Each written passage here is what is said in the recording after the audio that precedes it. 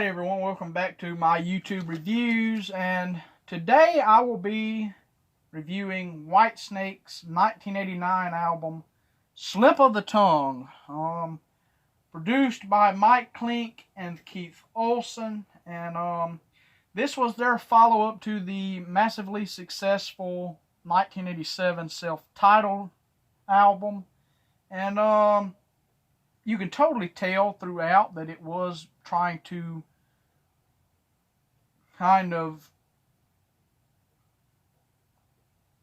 cash in on that sound from the previous album. That's the only way I can think of to describe it. And you got some great tracks on the album. This is one of my first Whitesnake albums, and it was released on November 7th, 1989 in the United States. It was released in Japan on November 18th, and the rest of the world it was actually released on November 13th. And the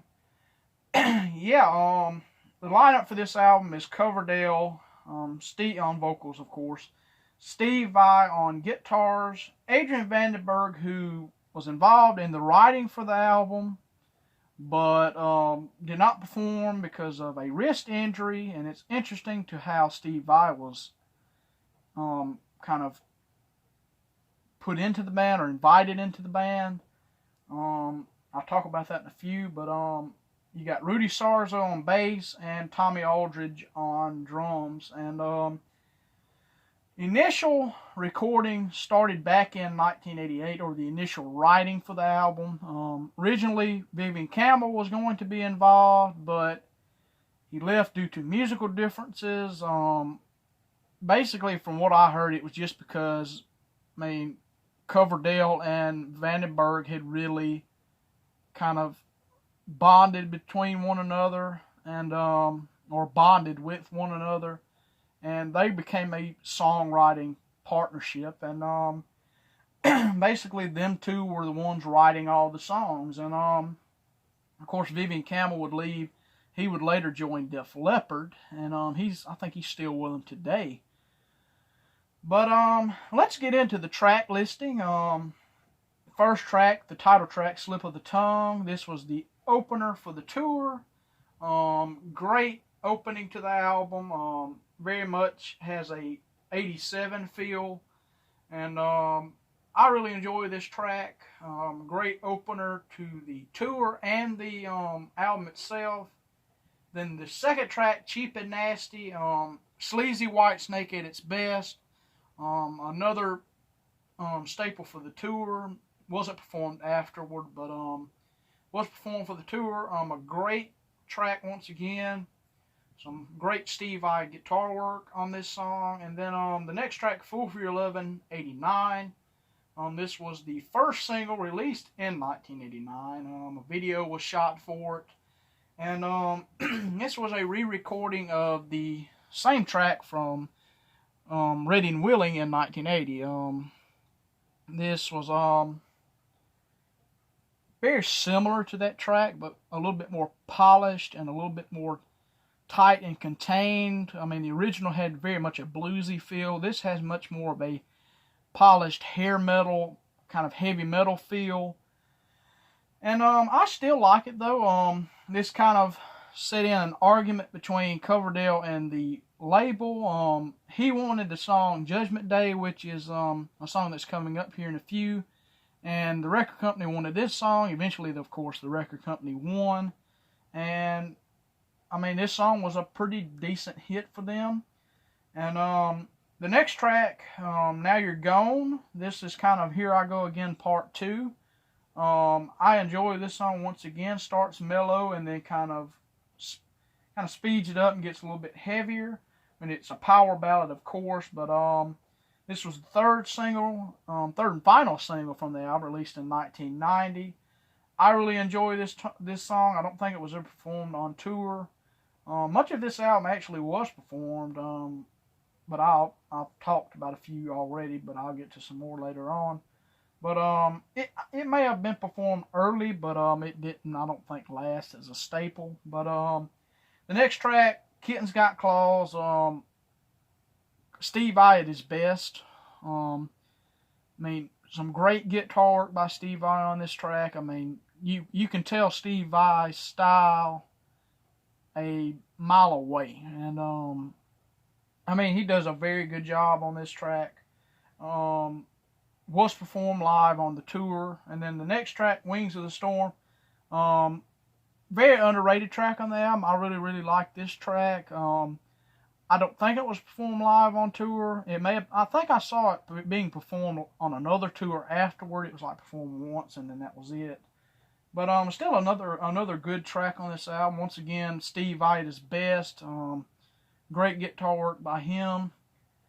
And then the next track, The Deeper Love, the second single released in 1990. A video shot for it as well. And great power ballad. I've always really enjoyed this song. One of the best tracks on the album, in my opinion, and was performed live. And the next track, I spoke about it earlier, Judgment Day.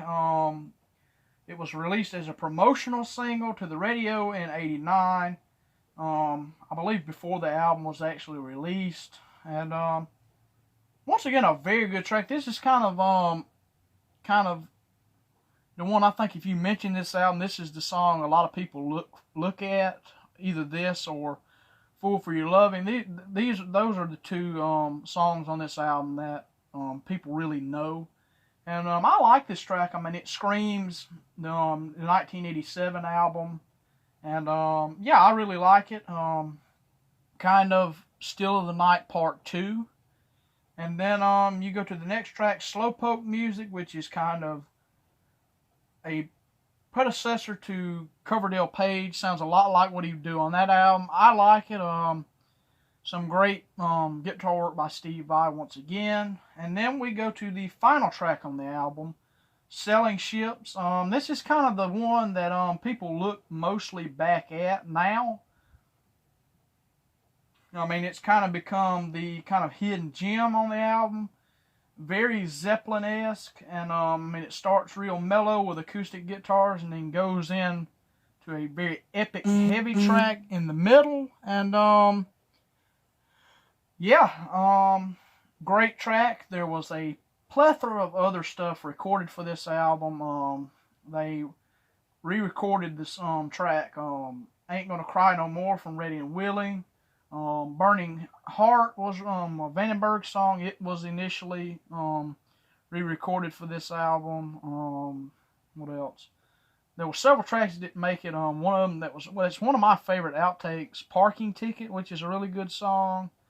And I really like that track. But the one that everybody mostly knows that was an outtake from this album, I think it was released as a B-side to one of the singles. And that is Sweet Lady Luck. Once again, Steve Vai just all over it. And great song once again. And it was not initially released on the disc, but it was later included on the 1994 Greatest Hits album. But that's it for the album.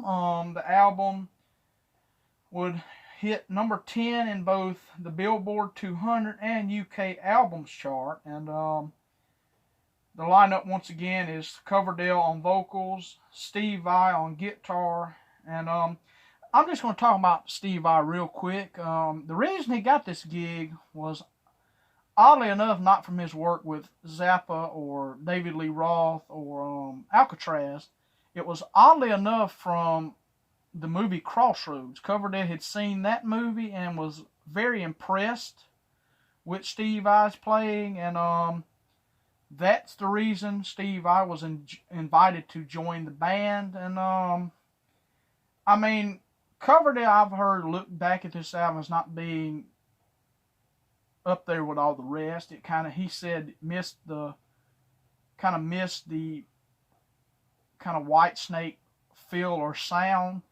I can see where he's talking about with some of it. I think a big part of it was Steve Vai. I think they didn't think he exactly fit the Whitesnake sound, which he really didn't, to be fair. But I mean, I think he's still done a great job, but Adrian Vandenberg also said that Steve Vai should have played it a lot more bluesy, and I think if that was the case, I think that it may have done a bit better. I really don't know, but this album did not do nowhere near as well as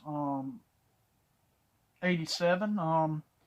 It did go platinum in the U.S. It went gold in the U.K. But getting back to the lineup real quick. I mean, you got Adrian Vandenberg. He did guitar. Well, he did. He was credited as a guitarist, but he didn't play. You had Rudy Sarzo on bass and Tommy Aldridge on drums. You had Don Airey, David Rosenthal, and Claude Gaidette on keyboards, and you had Glenn Hughes, who of course was Coverdale's bandmate in Deep Purple, Tommy Funderburk, and Richard Page from the band Mr. Mister. He was the lead singer of that band.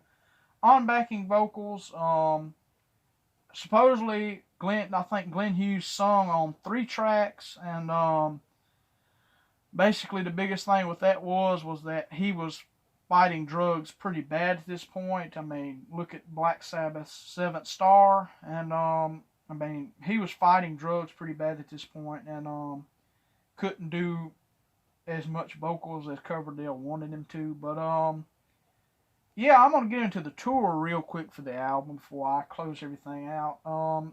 They went on the Liquor and Poker tour in 1990, and they performed all across the United States. They eventually they went to Donington for the Monsters of Rock that same year, and there's a live album and a live DVD released from that show, and it's a very good show. It's got Steve Vai, Adrian Vandenberg, Rudy Sarzo, Tommy Aldridge, and of course Coverdale.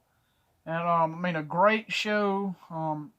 Vai and Vandenberg splitting up the guitar parts. Very, very cool to see.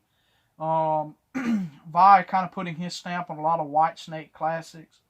You got some early performances of For the Love of God on there, and that would be eventually be on the Passion and Warfare album by Steve Vai.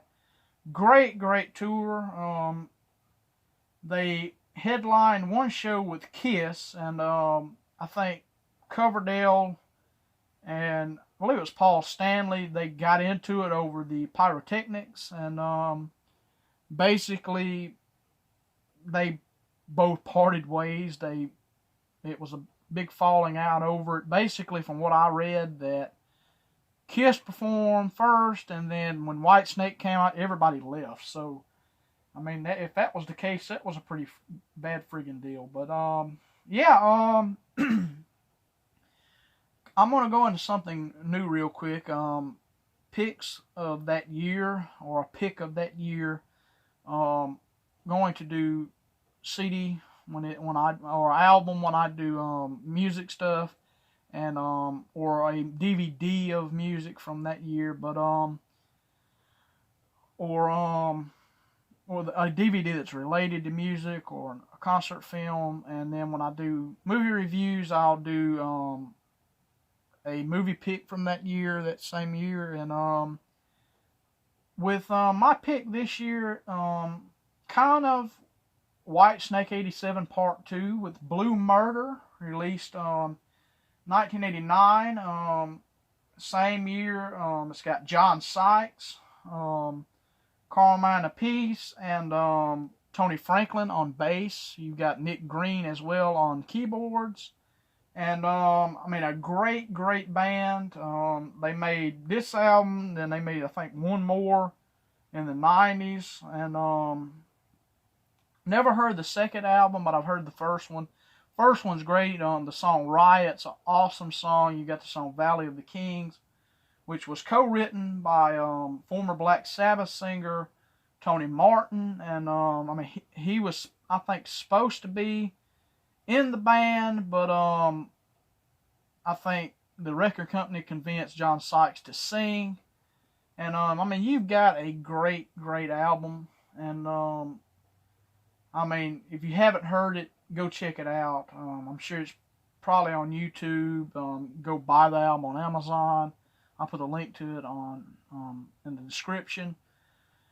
But yeah, I think that's pretty much everything for Slip of the Tongue. I hope you enjoyed this review. Like, comment, subscribe, share these reviews.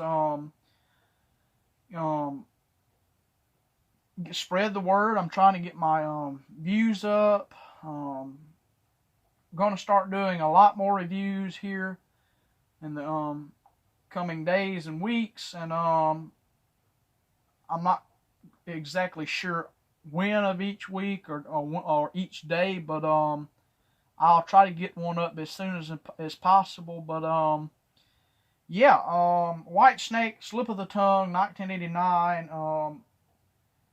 It was an album that I think was put out to do a lot better than what it actually did.